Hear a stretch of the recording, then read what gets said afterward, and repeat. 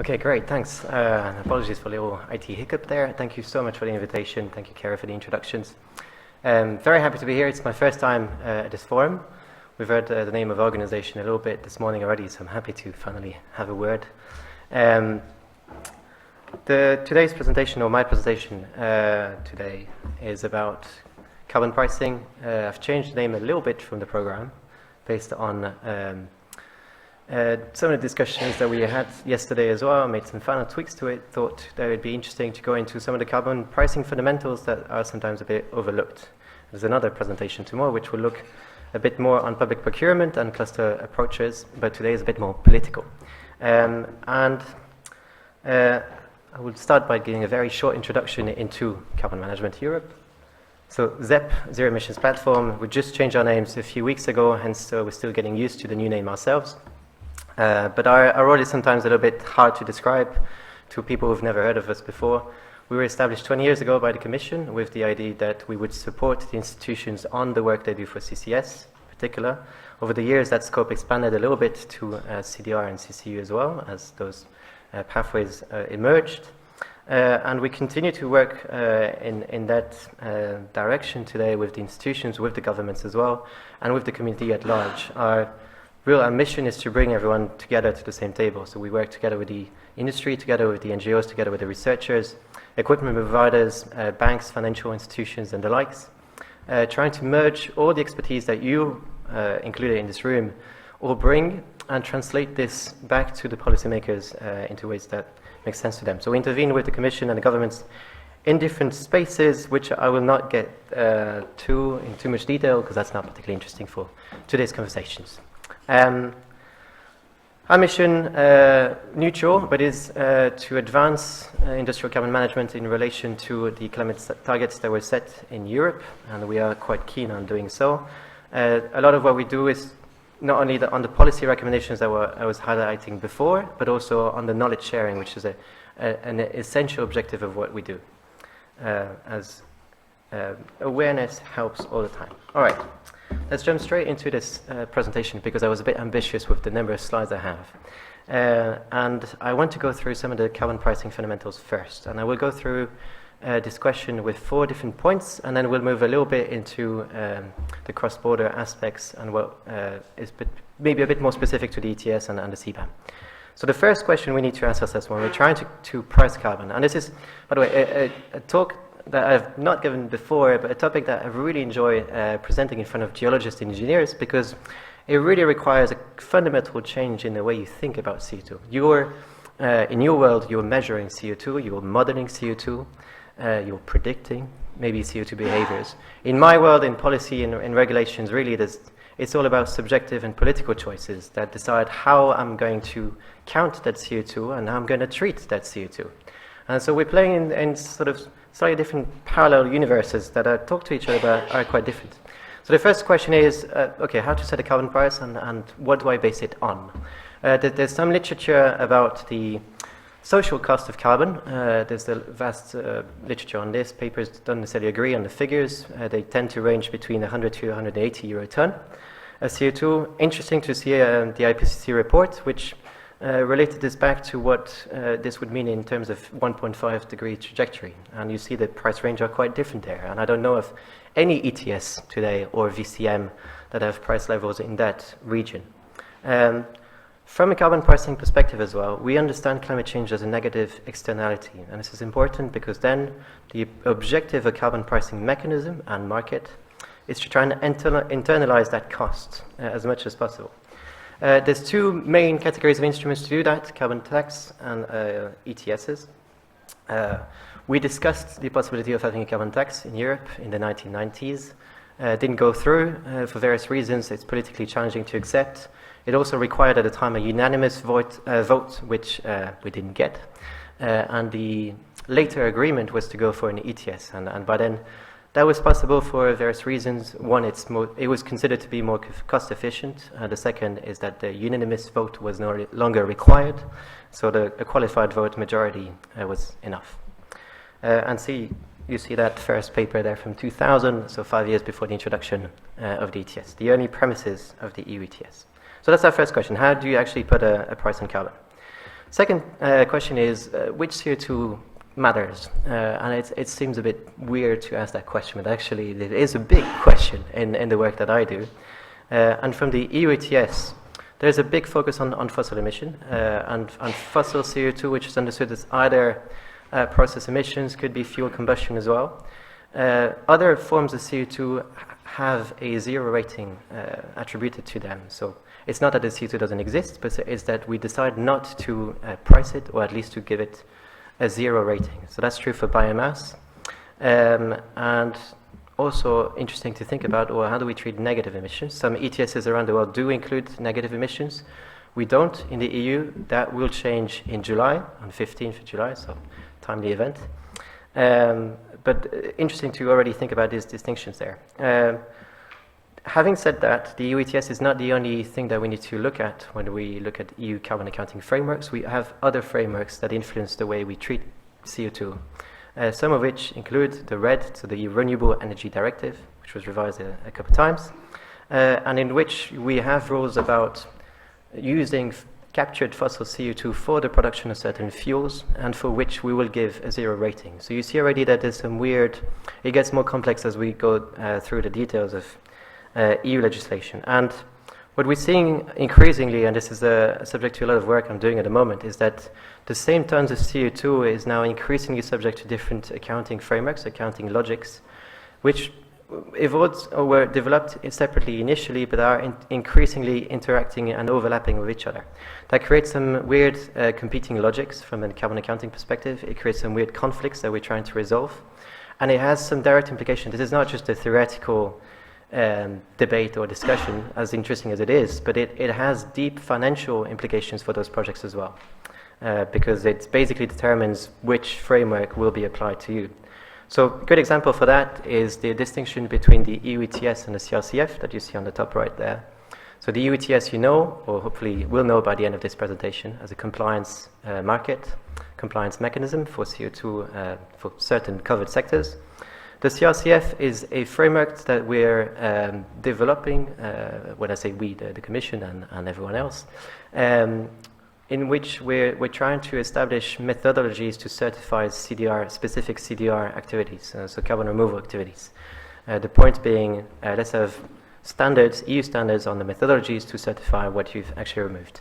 And the focus there is quite different. From an ETS perspective, we look at installations, so a plant, say, whereas in a CRCF/CDR world, we will look at the entire activity. So we're trying to really understand how much CO2 you've actually removed from the atmosphere or the biosphere. And from the total amount that you claim you've removed, we need to deduct any associated emissions. And whereas the ETS1 functions much more on a scope 1, maybe scope 2 logic. So you see already that they work in slightly different ways. They have different objectives as well. And as soon as we talk about CO2 that might be subject to different carbon accounting logics, there's a bit of a game there, and you might have different incentives to either comply with ETS or maximize the number of CDR credits you can sell on the market, or achieve a certain quality carbon footprint, for a particular product. Sorry. There you go. And on this, I've used some dumb diagrams to explain what we're doing currently in the EU. So this is true for both the EU ETS and the CRCF. As of now, we apply what we call a pro rata approach, a proportional attribution, mass balance, it's all the same. The idea being, and I've used here one of the, I think, interesting examples. It's all theoretical, don't derive this from any reality, but realistically we're talking about mixed CO2 streams here, both from capture, all the way from capture to use and storage.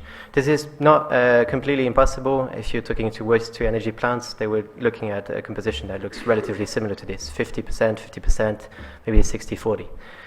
So currently in the EU, both in the ETS and the CRCF, we consider that at any point in the value chain that the composition of the stream is proportional.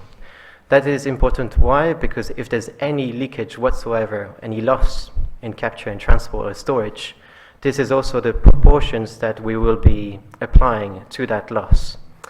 The same goes for storage. So currently, if you're a waste-to-energy plant and you're storing CO2 from that stream, from that source, we only recognize for an ETS point of view, the fossil part of that stream.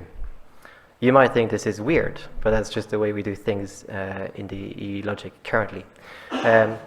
Now, the waste incinerator plants were not part of the ETS up until now, and this is subject to a final decision, which, again, will be proposed on the 15th of July, so stay tuned.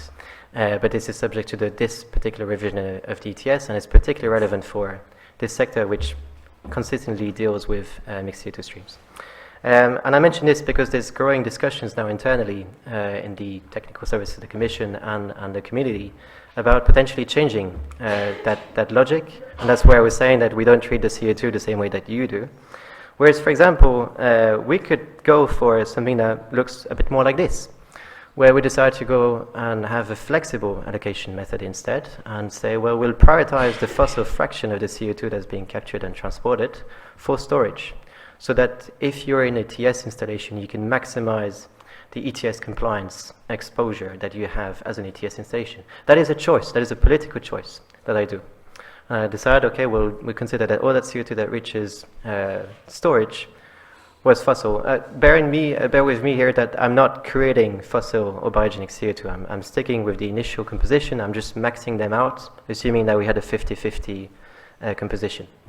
And so I could decide to go that way. And that made a lot of sense for some. You could also go, oh, sorry, yeah. Yes, exactly. I'm just making sure that I didn't mix up my little drawings there. You could go for the opposite logic, which say I want to maximize the biogenic fraction of CO2 that goes to storage. Why would I do that? Well, if I find the VCM interesting and the money that I can generate from CDR credits, I might generate more revenues from doing this than complying with the ETS. And this becomes a maths logic for your finance teams in your project companies. But this is typically the conversations that we're having. Now, all of these different logics have different pros and cons. The great advantage of the first one is that it's very easy to apply and implement as a regulator. If there's any loss somewhere, I apply the same rule.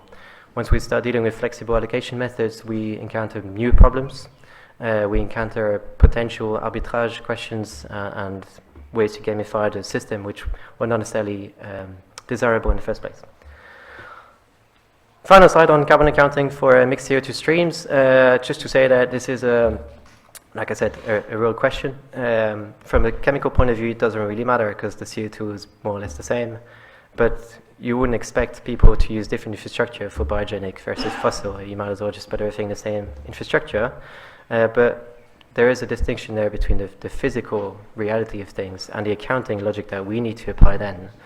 It creates some measurement challenges for us in the regulator and policy spaces. Also creates questions for plants that are not used to actually measure the CO2 composition that they have, and they might be used to applying mass balance approach instead. And then from a pure system level now, also creates some questions about potential time lags. So if we think about ETS, we have a calendar year, and there's potential to increase that year a little bit, so that if you're transiting CO2 across 2 different reporting years, that CO2 still exists in ETS. But there's really weird competing questions about time as well in this mixed CO2 stream reality. I've left a few questions there for the audience if you're curious as to what we're trying to tackle in terms of questions for the future design of this carbon accounting system, given that we have all these policies that were developed and exist already, and it's just we need to make sure they are actually compatible, but also coherent and conducive to having more CCS and CCU and CDR deployment in the future. On this, we're writing a bunch of papers, still using the old ZEP logo. I should change that. They're in my laptop, I just need to finish them. But so bear with me, they should be out by the summer. Hopefully you can treat all this material with relative discretion until then. But just to reassure you that we will actually try and explain this again in greater detail.